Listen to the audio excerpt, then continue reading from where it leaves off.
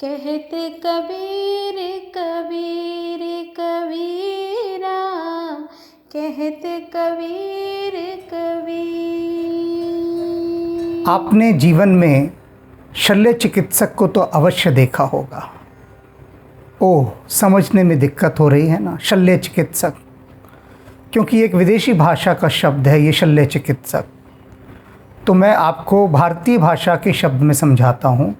यानी सर्जन, जो सर्जरी करता है, डॉक्टर जो ऑपरेशन करते हैं, हाथ में उनके कितने प्रकार के तेज़ चाकू होते हैं।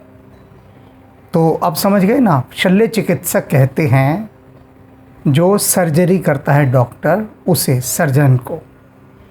हमारे देश में अब ऐसा हो गया है कि अगर कोई बात समझानी है और हिंदी में बोलो तो लोगों को लगता है किसी विदेशी भाषा में बोल रहा है, तो समानांतर उसके अंग्रेज़ी शब्द देना पड़ता है। ये विवशता है अब हमारे देश की।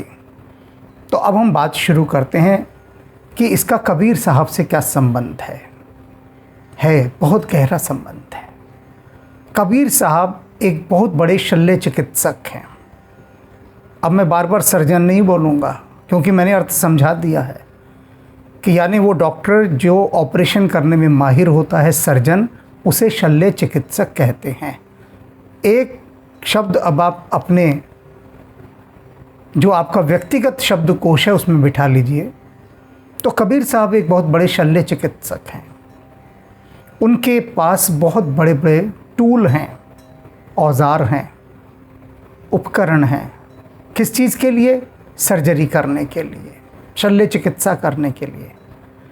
अब डॉक्टरों के पास तो बहुत अच्छे स्टेनलेस स्टील के होते हैं। कबीर साहब के पास लोहार का हथौड़ा है और तीर हैं, दुधारी तलवारें हैं और इस तरह के न जाने कितने उपकरण हैं जिनसे वे मनुष्य का उपचार करते हैं। कैसा मनुष्य है? अहंकार में डूबा हुआ मनुष्य है, उसके मनोविकारों की चिकित्सा करते हैं। तो आज कबीर साहब एक लोहार की चोट करने वाले हैं और चोट हम सब अपने ऊपर यदि करवा लें तो हमारी बात बन जाएगी। तो सबसे पहले कबीर साहब की ये लोहार वाली चोट सुनते हैं कैसी है। इस चोट की आवाज़ सुनिए। यह तन काचा कुंभ है, लिया फिरे था साथ। यह तन काचा कुंभ है, लिया फिरे था साथ। ढपका लागा फूट गया, कछु न आया हाथ कबीरा, कछु न आया हाथ। इंसान की फितरत है गुरूर करने की, अहंकार करने की। तो सबसे पहला अहंकार तो वो अपने शरीर को लेकर करता है। सुना होगा ना आपने हर समय लोगों से कि तू जानता नहीं मैं कौन हूँ। हर एक को ये कहता है। खुद नहीं जानता कि वह खुद कौन है, दूसरों से कहता है कि तू जानता नहीं मैं कौन हूँ। अब ये जो मैं कौन हूँ तू जानता नहीं के अंदर कितना बड़ा अहंकार छिपा है। वो अपने इस शरीर पर अहंकार करता है। लेकिन कबीर साहब कह रहे हैं कि जिस शरीर पर तू अहंकार करता है ना, अहंकार से कह रहे हैं कि जिस पर तुझे इतना नाज है, इतना फ़क्र है, इतना गर्व है, इतना गुरूर है, वो किसी काम का नहीं है, ताकतवर नहीं है, काम से मतलब।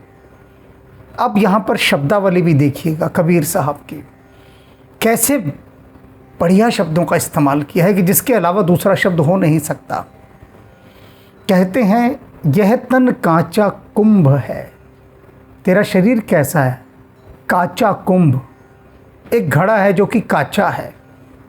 कच्चा नहीं कहा कि कच्चा घड़ा है, काचा कहा है। अब कितने बड़े कबीर साहब शब्दों के खिलाड़ी हैं। देखिए, काचा शब्द आपको कहीं नहीं मिलेगा, ढूंढते रहिए आप, किसी शब्दकोश में नहीं मिलेगा। लेकिन काचा शब्द एक विशेष प्रकार की शेड को दिखा रहा है, एक प्रतिबिंब को दर्शा रहा है। कैसा?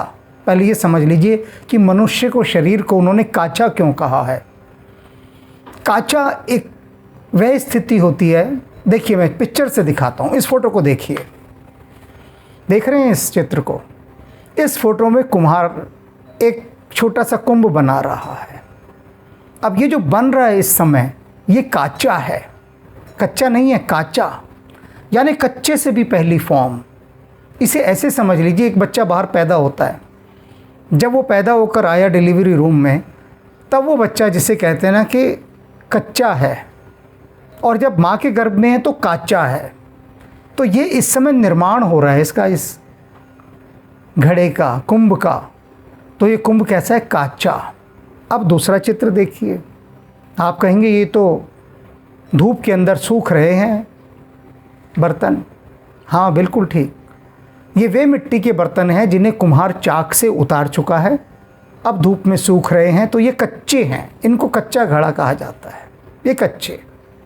और अब तीसरा चित्र देखिए, कहने की आवश्यकता नहीं कि ये पके हुए पात्र हैं, पक गए हैं, भट्टी में पकाकर बाहर निकाला गया है। अब कबीर साहब क्या समझा रहे हैं कि तेरा जो ये शरीर है, शरीर को घड़ा कहा गया है क्योंकि इसमें बहुत सारी चीज़ें रखी होती हैं, भंडार है ये चीज़ों को रखने का, ज्ञान विज्ञान अध्यात्म सब कुछ भंडार है इसमें। अहंकार, ईर्ष्या, द्वेष, क्रोध, घृणा, जितने भी मनोविकार हैं वो सब इसी में है, इस घड़े के अंदर। और कबीर साहब कह रहे हैं कि देख, तो जिस पर ये इतना अहंकार करता है ना अपने शरीर पर, ये काचा घड़ा है, यानी उतारते उतारते भी इस घड़े को अगर जरा सी सावधानी बरती तो ये टूट जाएगा, काचा घड़ा। और इसी काचे घड़े पर अभिमान करके लोग न जाने कितने पाप करते हैं। किस लिए? कि हम इस अपने काचे घड़े के अंदर बहुत सारा सामान भर लें, दूसरे का लूट का सामान, किसी को सता कर, बेईमानी से, धोखाधड़ी से, भ्रष्टाचार से, कैसे भी करके बस वो जो लूट का सामान है, बेईमानी का सामान है, धोखेबाजी का सामान है, वो सब इस घड़े में भर लें। कबीर साहब कह रहे हैं भर तो लो, लेकिन घड़ा भी तो देख लो कौन सा है तुम्हारा। ये काचा घड़ा, पक्का घड़ा हो तब भी समझ में आती है बात, कोई उसमें भर रहा है, ये तो काचा है। तो यह तन काचा कुंभ है, इसको एक ढबका लग जाए, ढबका लगे फूट जाए, टूट जाएगा, ढबका। अब ये ढबका शब्द भी समझ लीजिए, ढबका शब्द भी आपको शब्दकोश में नहीं मिलेगा। कबीर साहब ने अनेक ऐसे शब्दों का प्रयोग किया है जो उनके ही हैं, किसी शब्दकोश में आपको कहीं नहीं मिलेंगे, कहीं भी नहीं। हाँ, बाद में कबीर साहब को सुनकर डाल दियो तो बात अलग है, वरना ये कहीं नहीं है। ढबका कहते हैं इतना हल्का, जैसे ये काचा था तो काचे को अगर ढबका भी लग गया, यानी बहुत ही हल्का सा शॉक, झटका, बहुत हल्का झटका, तो वो टूट जाएगा। कि तेरा शरीर कैसा है, एक हल्का झटका, एक बीमारी लग जाए, एक दुर्घटना हो जाए, एक कोई भी मुसीबत आ जाए, तोड़ डालती है पूरे शरीर को, पूरा घड़ा टूट जाता है, बेकार हो जाता है।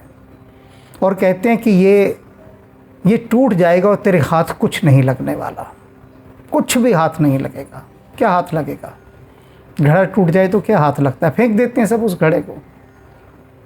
यहाँ चोट कर रहे हैं कबीर साहब अहंकारी लोगों पर, कि तुम अपने इस शरीर पर जो इतना अहंकार करते हो कि मैं धनी हूँ, मैं बलवान हूँ, मैं रूपवान हूँ, मैं कितने ऊंचे पद पर हूँ।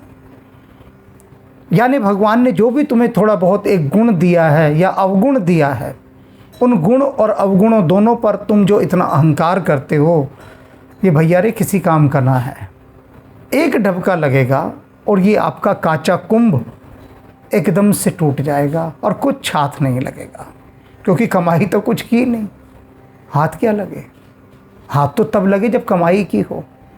तो जो असली कमाई है, कबीर साहब कह रहे हैं कि उस पर ध्यान दो। असली कमाई क्या है? भक्ति और अपने भीतर की शुद्धता, पवित्रता।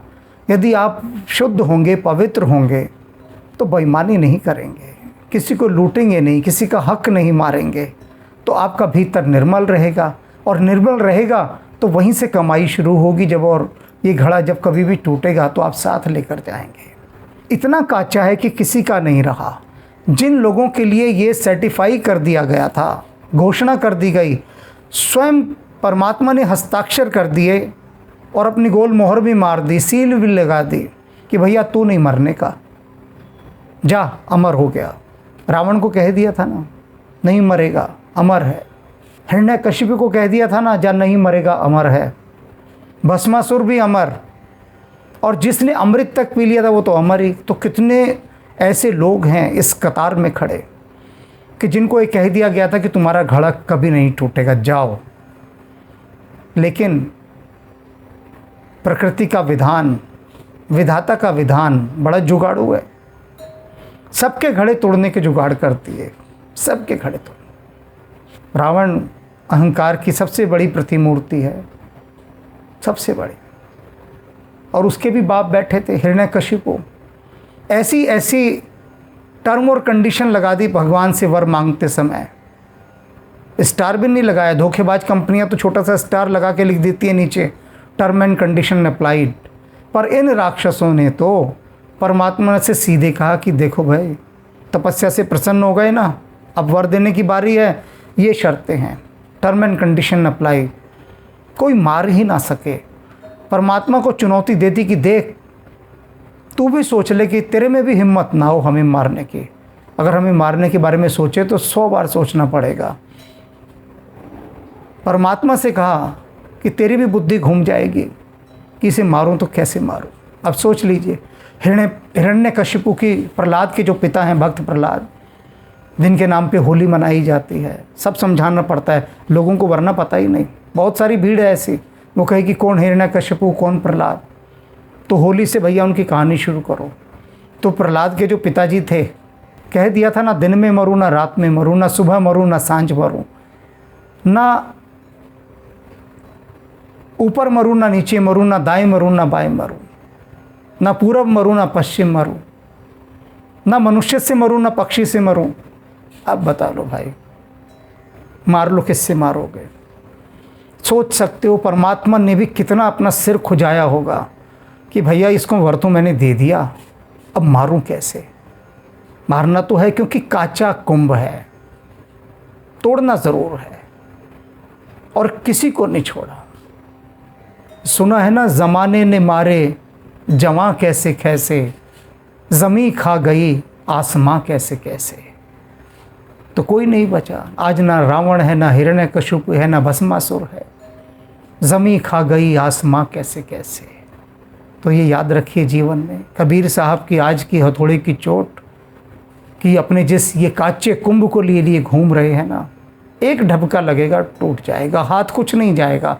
तो वो शुरुआत कर दीजिए कि कुछ हाथ लगे, साथ जाए।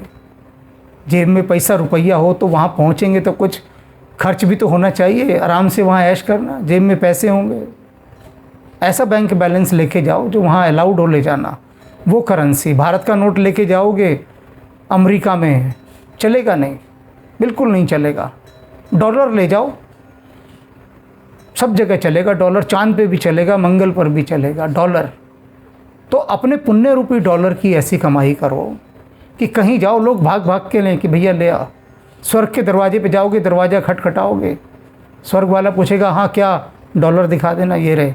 वो तुम्हारे पैर भी छुएगा, अंदर घुसाएगा। नरक भी मिले तो भी डॉलर होने चाहिए साथ में, क्योंकि कुछ तो डॉलर होंगे, नरक भी भेजा जाएगा। तो ये जो पुण्य रूपी डॉलर है ना, इनको कमाना है, ये कबीर साहब कह रहे हैं। तन काचा कुंभ है, लिया फिरे था साथ, ढपकला